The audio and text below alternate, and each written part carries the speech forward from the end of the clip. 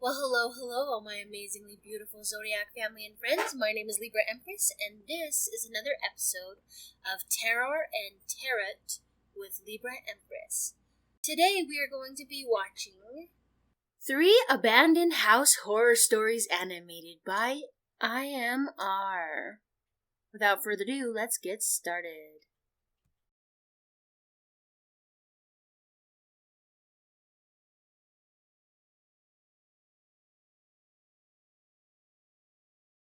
I have always been a huge fan of horror movies.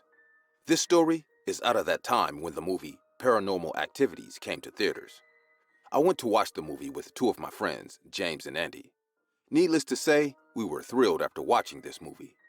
The concept of moving into a house and witnessing supernatural occurrences gave us an adrenaline rush. One evening, Andy and I went to James's house for a sleepover. We were chilling in James's room. James started to talk about some articles he read online that has claimed haunted houses do exist. I was sitting near his bedroom window and smoking when Andy said, "Chris, give me a drag." I passed the cigarette to him and said, "I have also read such articles. I wish we could visit a haunted house." Andy exhaled smoke out of the window and replied, "Who says you can't?" and started smiling with mysterious eyes. James said in a surprised voice, "What do you mean?" Andy turned to us and said, "There is a house residing near Crystal Lake. It's a half-an-hour drive from our town. People say that house is haunted." James scratches his head and said, "Oh, you mean the Millard house?" I was clueless about this place completely, so I interrupted their conversation and said, "What house? Who's Millard?" James immediately got up from his bed and switched on his laptop. He surfed a few minutes and then said, "Yes, I was right. I read about this place. This house has a very horrifying history. Years ago, a man named William Millard lived there. He had a beautiful daughter, but that man was very strict and hardly let his daughter go out of the house. One day, he found out that the daughter was having an affair with their mailman. Mr. Millard got so angry that he lost his senses and pushed his daughter down the stairs. The daughter broke her back and could never walk like a human. Some say she crawled around the entire house at night like a dog. A week after this incident, passerbys called the cops complaining about a rancid smell coming from the house. As the cops entered the house, they discovered Mr. Millard's dead body near the stairs. He fell from the stairs and broke his neck. They found the daughter dead on her bed. I smirked and said, "What is so horrifying about that?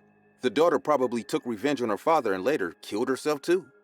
James looked at me with wide eyes and said, "As per the forensic report, the daughter died on 20th March, 1 p.m. in the afternoon on her bed, and Mr. Millard's time of death, pronounced 20th March, 1 a.m. at night. There was no sign of forced entry into the house. So yeah, people say the daughter's angry spirit killed her father."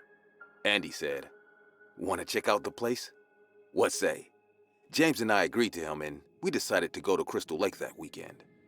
I took my brother's car and we left one Saturday evening. We wanted to feel the chills, so we chose to go after dark.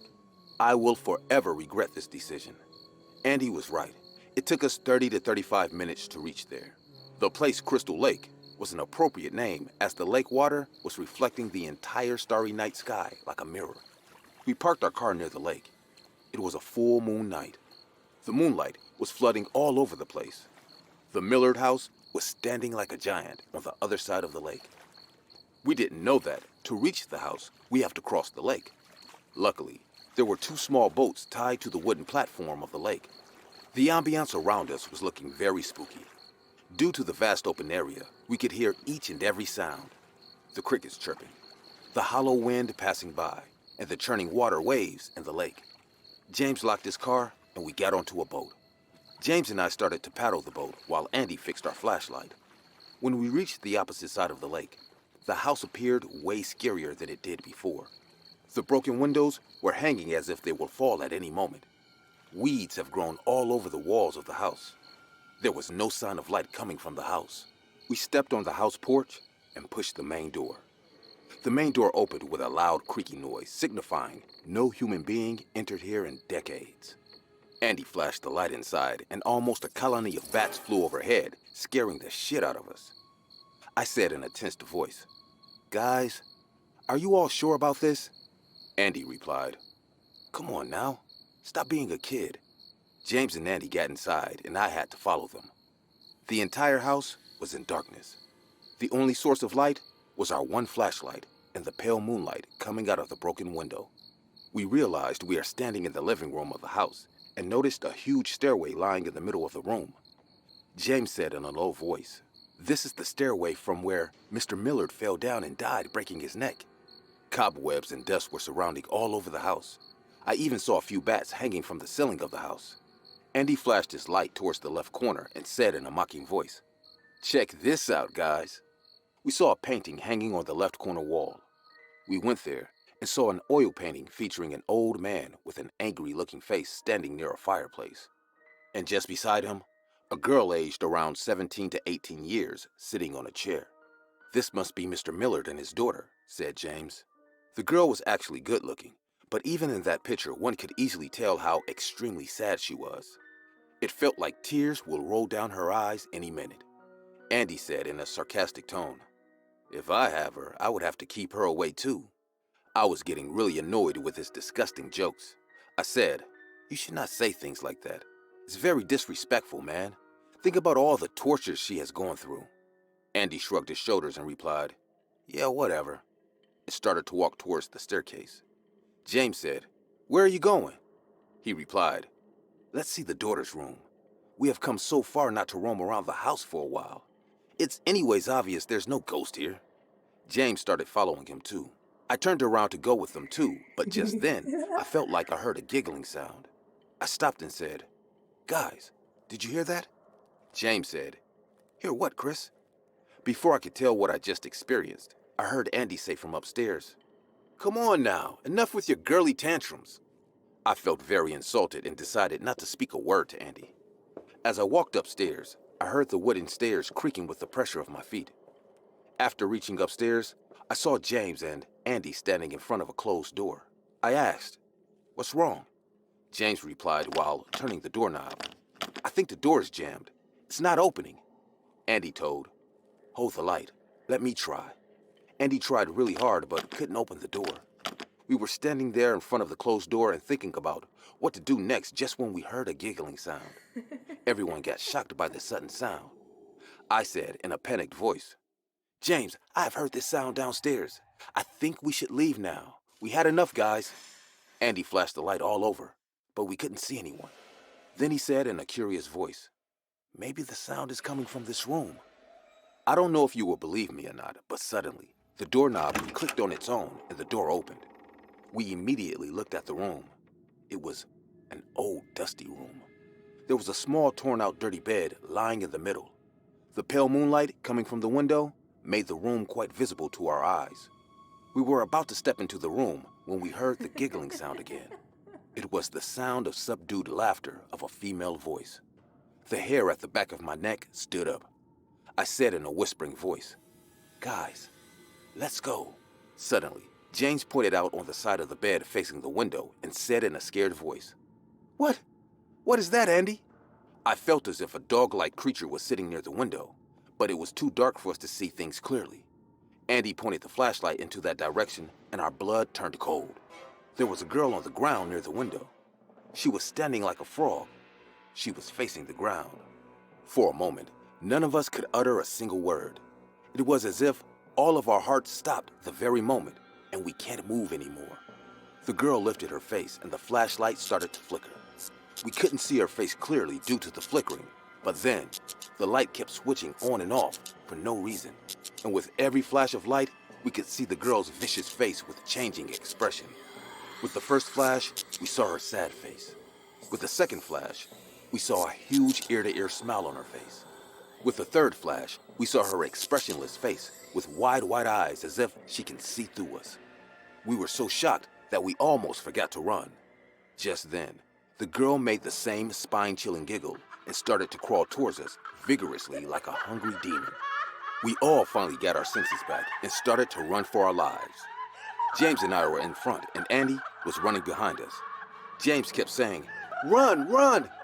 Andy was screaming like a 10-year-old saying, "Don't leave me here! Please! She is behind me!" We reached the main door and turned around for Andy. We saw Andy was almost halfway on the stairs and the girl was crawling behind him, following him like an animal. Somehow, we all managed to get out of the house and jumped on the boat. Andy dropped the flashlight on the lake in a fit of fear. James and I started paddling like maniacs. Andy was sitting on the boat, facing his back at the house. He got so freaked out that he kept saying, "I can still hear her evil laughter. Paddle faster, faster." James and I realized that he has gone into shock, because as far as our eyes went, there was no one in front of the house. James said in a low, panting voice, "Maybe she can't leave the house." I didn't say anything, just kept paddling. I still don't know how we managed to return home that night, but ever since this incident, news about any haunted place makes me sweat.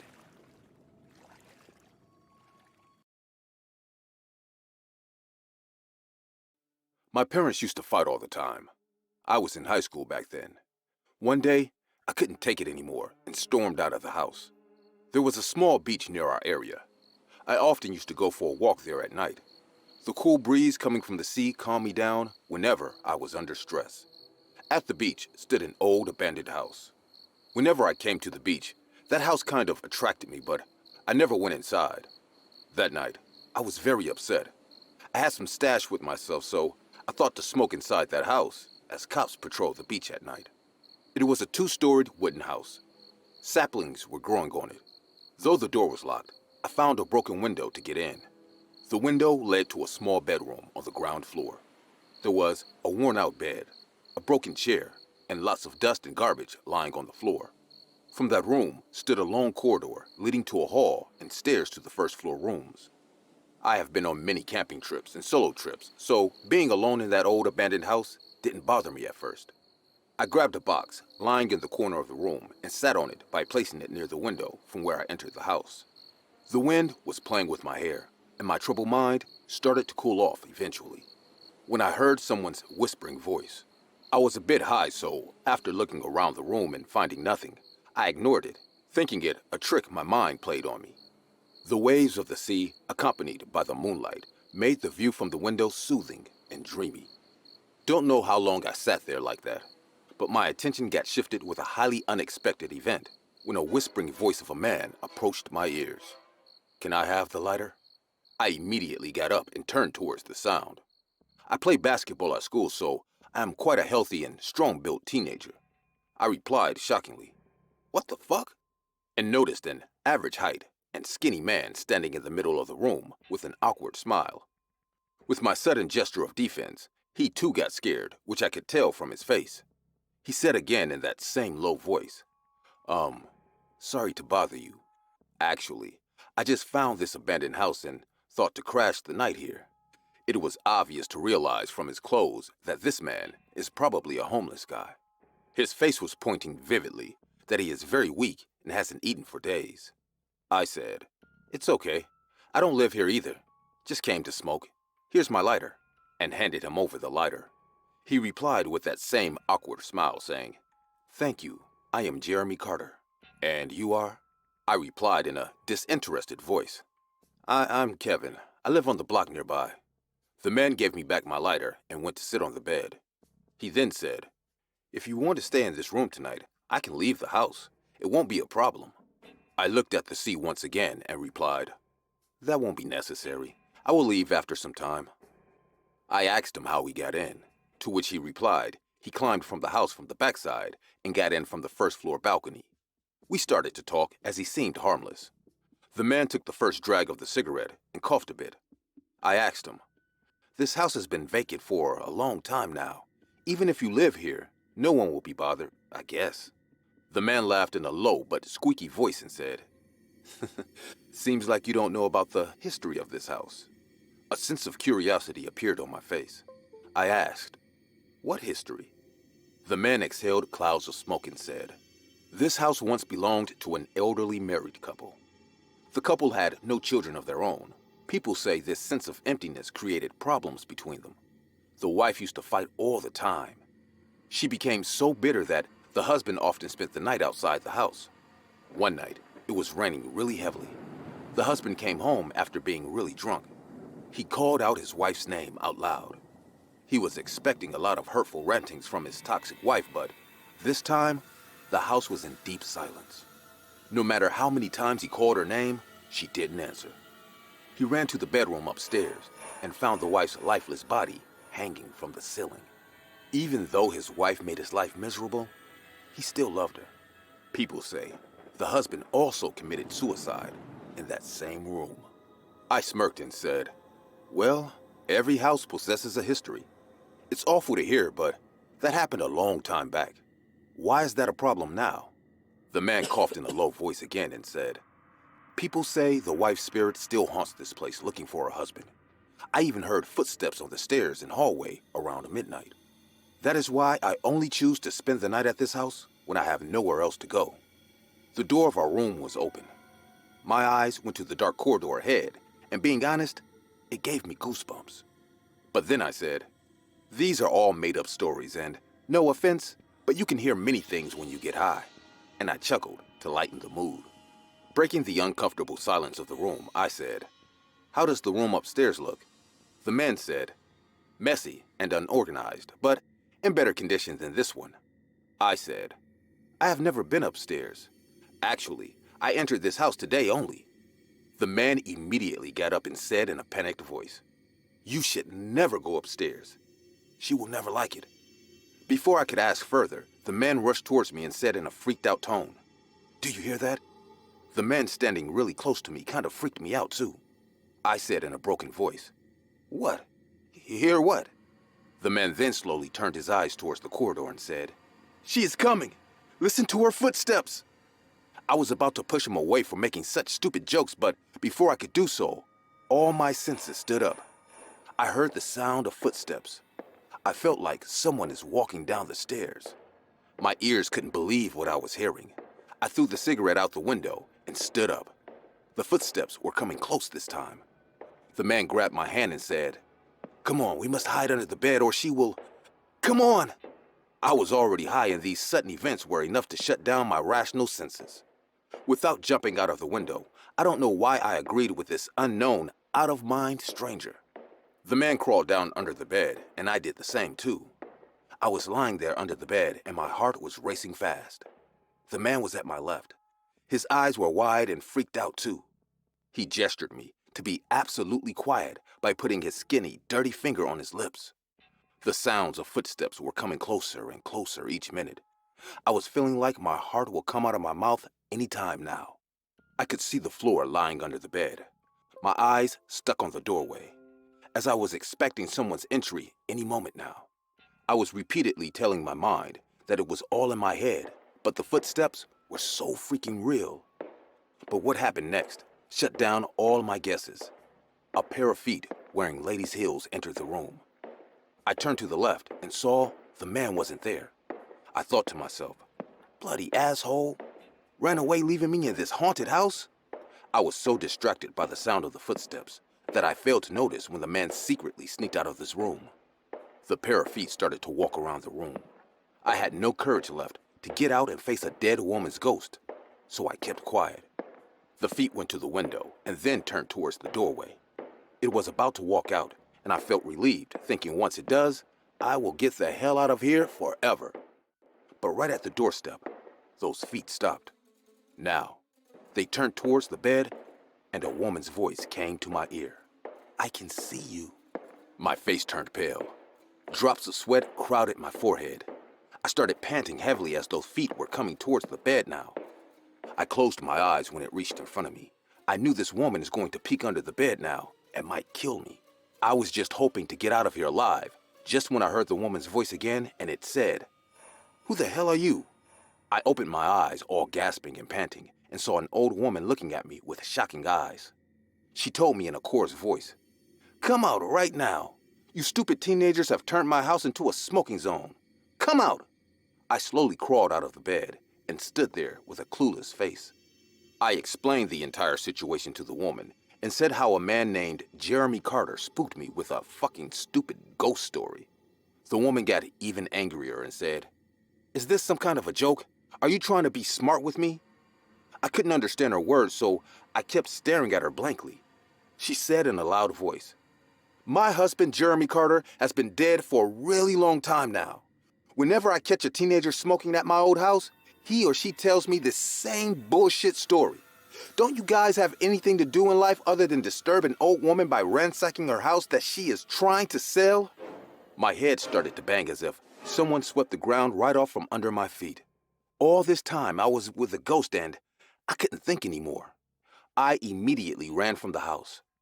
The woman kept standing near the window and cursing me for playing such a stupid joke on her. A few days later, I was talking to my dad when I asked him about the house on the beach. My dad said the exact same story that Jeremy Carter told me that night, adding, many people have seen the ghost of the husband. I was sure by this time that the man who introduced himself as Jeremy Carter was the dead husband. But my dad added a little more detail to the story. He said that many town people have claimed to see a ghost of an old woman too, who lurks around the house at night, and if you come across her, she will introduce you as the wife of Jeremy Carter and is trying to sell the house. I still can't believe I made an encounter with two haunting spirits in that abandoned beach house. I have never gone to that place since then.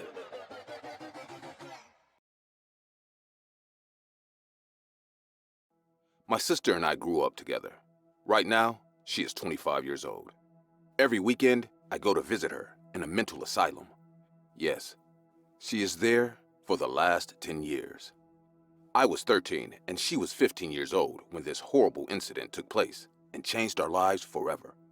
My father is an architect, so we traveled a lot. One time, he was assigned a new project of redesigning an old house into a hotel. We were very young when our mom passed away due to a long-time illness, so we took care of each other. Within a week, we moved to that old house. The house was in really bad shape, but the estate company arranged our stay in a small house near the old one. Suddenly, moving to the countryside from a city life made an impact on our lives. We had to change schools too, due to the long-distance issue. The old house stood at the back of our place. From my sister's room, the house was well visible. Even though my father and Daisy seemed pretty excited about the whole moving to a new place idea, I was not happy. I don't know why that old abandoned house gave me negative vibes from the moment I saw it. But with time, things take shape. In the morning, Dad used to go to the house with his workers and get busy with his work, whereas Daisy and I went to school. Our school was 15 minutes walk from our house. We rode cycles. My sister had always been extroverted and good at making friends. She mixed up with the new kids easily. I made a few friends too. One day, I was sitting at the school around on my own when I heard two girls talking right next to me. A blonde girl was saying to the other girl, "You know, Daisy said we could party at her place. She said there's an old house nearby and Dad is going out of town this weekend too." I got a bit surprised that she invited her friends without even asking for Dad's permission. On our way back home, I asked her, "Daisy, why are you going to party with your friends at the old house?" She looked at me with awkward eyes and said, Yeah, please don't tell Dad, Martha. This is a nice opportunity for me to get all popular, you know?" I said in a worried voice, "But I don't think that's a good idea. That house kind of creeps me." Daisy laughed and said, "Oh, relax. If you promise not to tell Dad, I will sneak one beer for you, okay?" She again started laughing while riding her cycle ahead. I kept quiet not for the beer, but because she was happy and excited after a long time. Dad went away for 3 days. Before leaving, he told us, "Girls, no going out after 7 p.m., and no friends are allowed in the house. Be good for these 3 days. I will call, okay? Take care, my darlings." He then hugged us and left. I still regret not telling him about Daisy's plan. God knows if I did, it would have saved her from a horrible incident. The next day at school, my sister was planning for the party. I was just standing there with her. She invited 6 to 7 people. After getting home, Daisy said, "Let's go, Martha." I said in surprise, "Where?" She replied, "To the house. We have lots of work to do. I need to clean and decorate the place for the party tonight." Though I planned not to step inside that house, ever, my sister made me do it anyway. Dad has done a remarkable job with the living room. The floor was brand new, and so was the walls. The house finally appeared in good shape from the inside, but as soon as I took the first step, a shiver went down my spine. It was a warm summer afternoon, but don't know why I was feeling chilly inside the house. My sister walked inside normally. She turned at me, standing at the doorstep with worried eyes, and said, "What happened? Come on, let's hurry up." We started to put up some chains and tuned in the music player. Daisy then started cleaning the couches and the floor. A stairway on the right side went to the rooms above. I went upstairs. The first floor was worn out and out of use. The repairing work hasn't started here yet. A dirty, torn-out curtain was hanging on the window at the end of the corridor. I was standing there when suddenly I felt like someone breathed on my neck. I immediately turned back, but there was no one. I didn't tell my sister about this incident because I knew she won't believe me. We came home. Around 8 p.m., 2 cars stopped near our house. I saw from my window my sister and her friends leaving for the abandoned house to party. Daisy turned at me and waved. I lied down on my bed and kept thinking about the ominous presence I felt in that house. I have no idea when I fell asleep, but suddenly I woke up hearing a loud scream. I recognized the voice. It was Daisy. I ran towards the house. It was 11 p.m. already. Before I could enter, I saw 2 to 3 people carrying my fainted sister out of the house. They took her to her bedroom and laid her down. She was completely unconscious.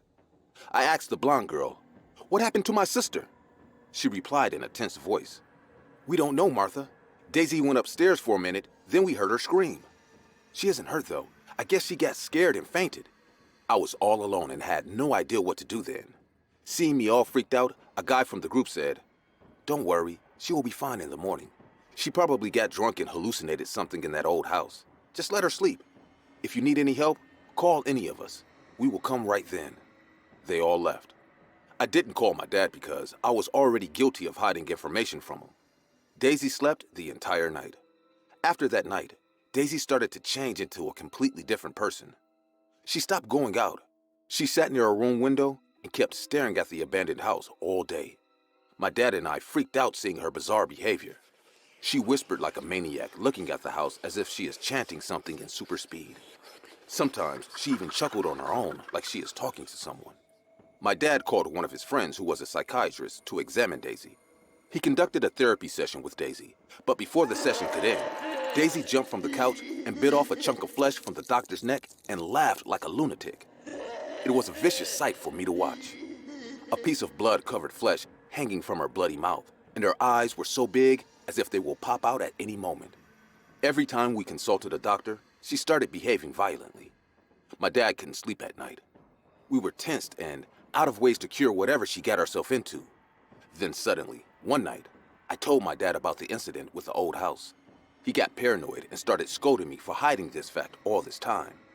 We were arguing in the living room just when we heard a weird chewing sound. The sound was coming from Daisy's room. We rushed to her room, and as we slowly opened the door, my heart dropped to my stomach. Daisy was eating a dead rat sitting on her room floor. I couldn't tell if it was my sister or some possessed creature. She looked at us and started whispering something. Her eyeballs were moving frantically, and suddenly, her eyeballs turned inside. She was standing like a dog with completely white eyes. I screamed and ran to my room.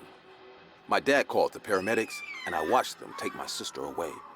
She was tightly strapped with a stretcher, as if they have caught a wild animal. Daisy was screaming and cursing like a maniac. The doctors couldn't tell what happened to her. They just think she turned into a crazy person all of a sudden. But I knew it had something to do with the house. I searched about the house and collected some fucked up information about it. The previous owner of that house was an old lunatic. His sons left him there to die at his old age. During his last days, he used to scream and curse every human being. Local people told me that he was so violent that no one was able to enter even if they wanted to help that old man. Out of food and water, that old man ate whatever he could get and even drank his own pee. I have repeatedly told my dad to take Daisy for an exorcism, but he doesn't believe me. It's like he doesn't care what I say after I hid Daisy's fainting incident of that night. Out of anger and frustration, one night, my dad burnt down the abandoned house. He got cut off from his job, and now he lives with one of his old friends. I study and work to carry on with my life. I only see my father when we go to visit Daisy, but Daisy is not violent anymore. She rarely says a word. She just stares from her cabin's window all the time.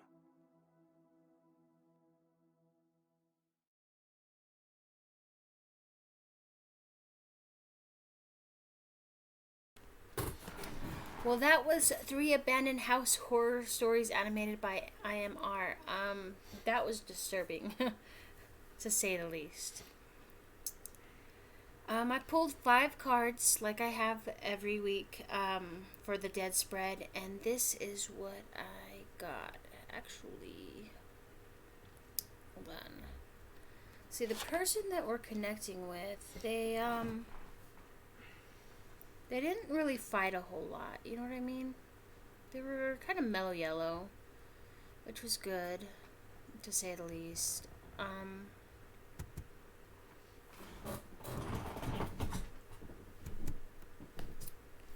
That was the first card.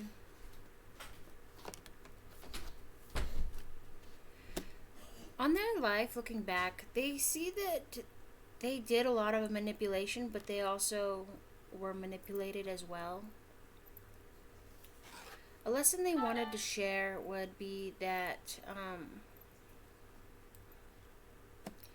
they wish they had partied less, celebrated less, and actually done something with themselves. You know what I mean?